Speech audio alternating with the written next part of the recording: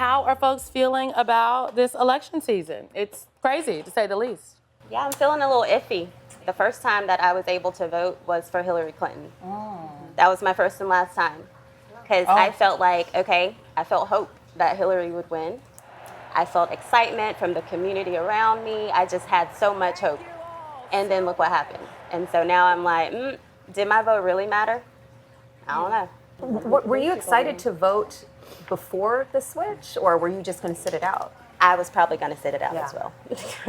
Oh, wow. I agree. I was definitely sitting it out. I was not voting at all before the switch. I'm still up in the air. Obviously, I'm a Muslim woman, so it's very nerve-wracking and very scary for me.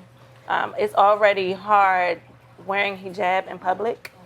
So when you talk about things like Project 25, it's kind of scary. Are you suggesting, for both of you actually, are you suggesting that you could potentially vote for Donald Trump, or are you saying? Absolutely not. Okay. Absolutely. Absolutely. So it's really Okay. just about sitting out the election as opposed to voting for someone.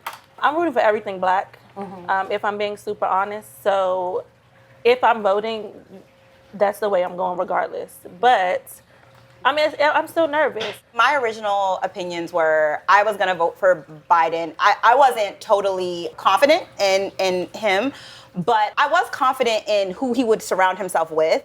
I'd rather vote a celery stick into the office rather than Trump. So I'm just like, I'm hopeful that she can get the job done. I don't think Donald Trump has done anything for us in the past, and I definitely don't think he would do anything now. Everybody keeps screaming, oh, we got $1,200 stimulus check. I'm tired of that. I'm so sick of that. Like, I'm so sick of hearing about this $1,200 that y'all spent the day that you got it. Okay, it's gone. It's been gone for years. Like, let it go. I just don't think, really, to be honest, I just don't feel like my vote matters. Really? Yeah, I just really don't.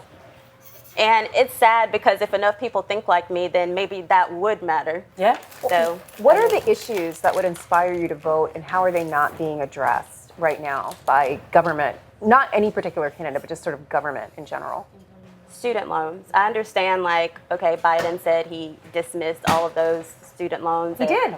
I didn't see it on my account. The Supreme Court struck down his student loan plan. I mean, like, I think this is a really important point, right? I mean, we live in a system where governments can do things, but there's always this other check. But I do know some people that still, even given the Supreme Court, got their student loans forgiven. Now, not me yet. I'm waiting on them to click my box. They haven't hit my box yet, but you don't know anybody who's had their student debt. Nobody, not one person.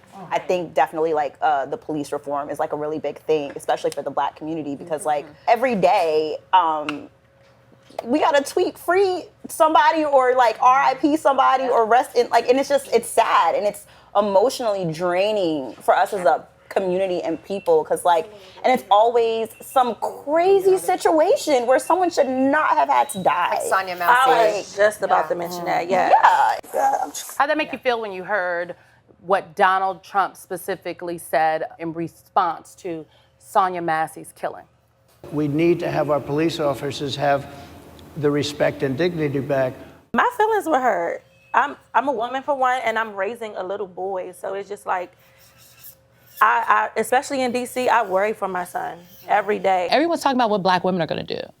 How are Black women going to show up in this election? Will Black women continue to save the world? They cite the numbers from Secretary Clinton and Obama, and they talk about Joe Biden in 2020, and you look at the drop-offs in the margins, and what do the OGs, the gurus, think about this? If we want a taste of freedom, if we want to believe that this democracy needs to be saved, then we have to be participants in it.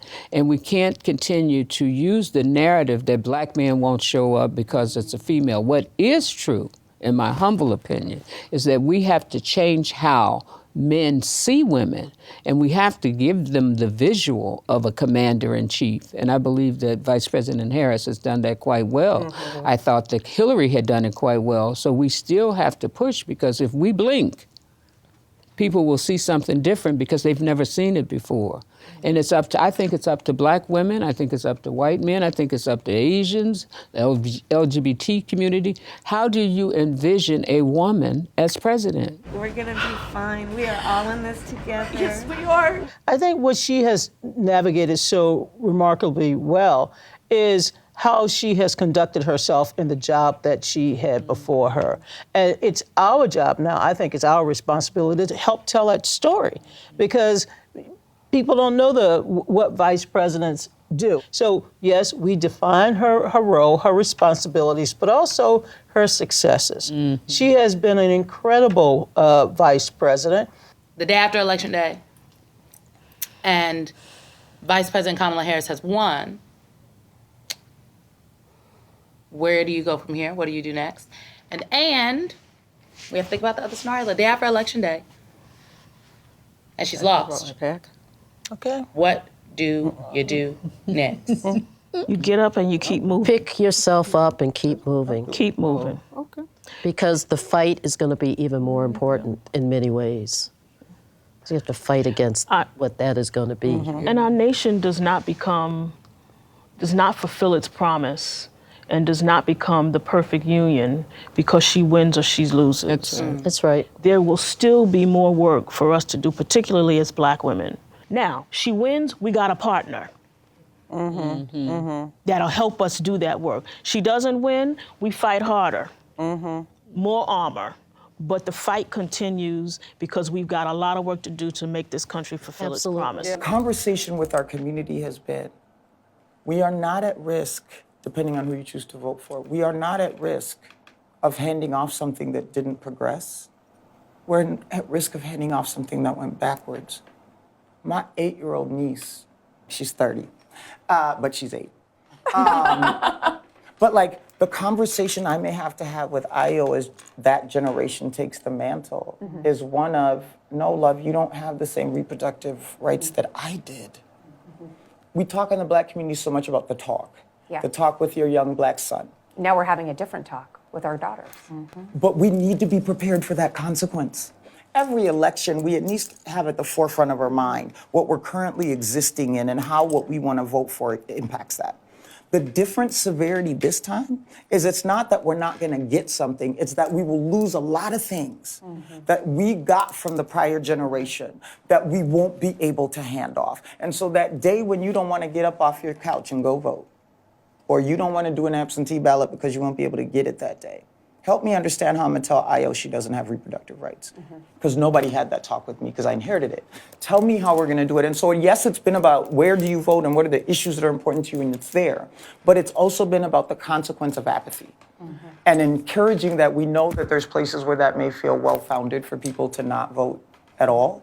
In this one, it matters so much more than it did before. We've seen conservatives really be animated by abortion rights when they go to the polls, and specifically curbing abortion rights. We've never really seen the question of the struggle for reproductive freedom animate more progressive voters to the polls. What does this mean for this current election cycle to have the court, the legal landscape, and specifically this question around abortion access be at the forefront of where Black women voters are?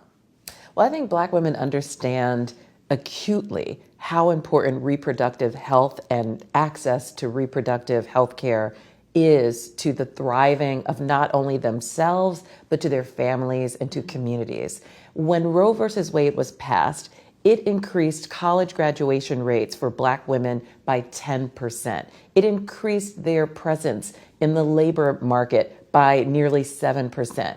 And that in turn made it less likely for Black children who were part of the broader community that benefited from reproductive access. It made it more likely for them to not be in poverty, for them to have higher graduation rates from college. So we will see Black women driving this issue because they have so much at stake. There is not just justice and freedom at stake, literal lives are at stake in this election. I think conservatives are going to rue the day that they have woken up this sleeping giant, because Black women have always, as Janae was suggesting, approached the issue of reproductive freedom in a much more diverse manner than the traditional feminist movement approached the issue of abortion.